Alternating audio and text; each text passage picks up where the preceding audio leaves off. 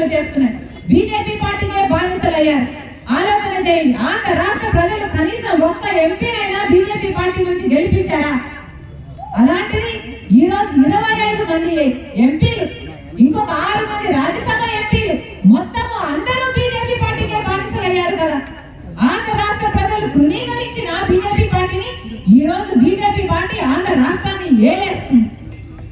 ఆంధ్ర రాష్ట్రం ఈ రోజు బీజేపీ పార్టీ వశమైపోయింది, కైవసం అయిపోయింది. వాస్తవం కదా. ఆంధ్ర రాష్ట్ర ప్రజలు ఒక్క ఓటు వేయకపోయినా బీజేపీకి ఈ రోజు బీజేపీ రాజ్యం వెళ్తుంది ఆంధ్ర రాష్ట్రంలో. అందుకే రాజశేఖర రెడ్డి సిద్ధాంతాల కోసం నిలబడింది రాజశేఖర రెడ్డి బిడ్డ.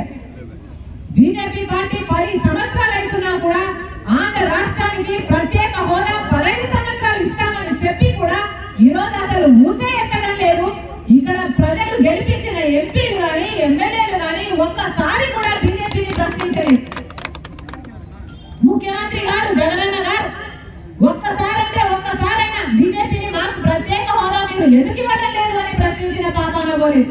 ప్రతిపక్షంలో ఉన్నప్పుడు ఇదే జగనన్న గారు మాట్లాడిన మాట, అసలు బీజేపీ పార్టీ ఎలా మనకు స్పెషల్ స్టేటస్ ఇవ్వదో చూస్తాను అని మీరు ఎంపీలు నాకు ఇవ్వండి, వాళ్ళ మెడలు వచ్చైనా సరే స్పెషల్ స్టేటస్ తీసుకొస్తానన్నారు. మరి ఏమైంది జగనన్న గారు అని అడుగుతున్నాం. సమాధానం చెప్పాల్సిన అవసరం ఉంది. రాజశేఖర రెడ్డి గారి బిడ్డగా చెప్తున్నా, రాహుల్ గాంధీ గారు మొట్టమొదటి సంతకమే ఆంధ్రప్రదేశ్ లోని ప్రత్యేక హోదా కోసం పెట్టాలన్నాడు ప్రధానమంత్రి అయిన తర్వాత. ఆయన మనసులో ఎంత బలంగా ఆంధ్రప్రదేశ్ కు స్పెషల్ స్టేటస్ రావాలి అన్న కోరిక లేకపోతే మొట్టమొదటి సంతకం పెట్టాలంటాడు. ఆలోచన చేయండి.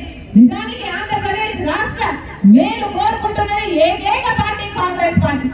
రాజశేఖర రెడ్డి గారి ఆఖరి కోరిక కూడా ఆ రాహుల్ గాంధీ గారిని ప్రధానమంత్రిని చేయాలి. మనసు పెట్టి ఆలోచన చేయండి. రాజశేఖర రెడ్డి బిడ్డను ఆశీర్వదించండి.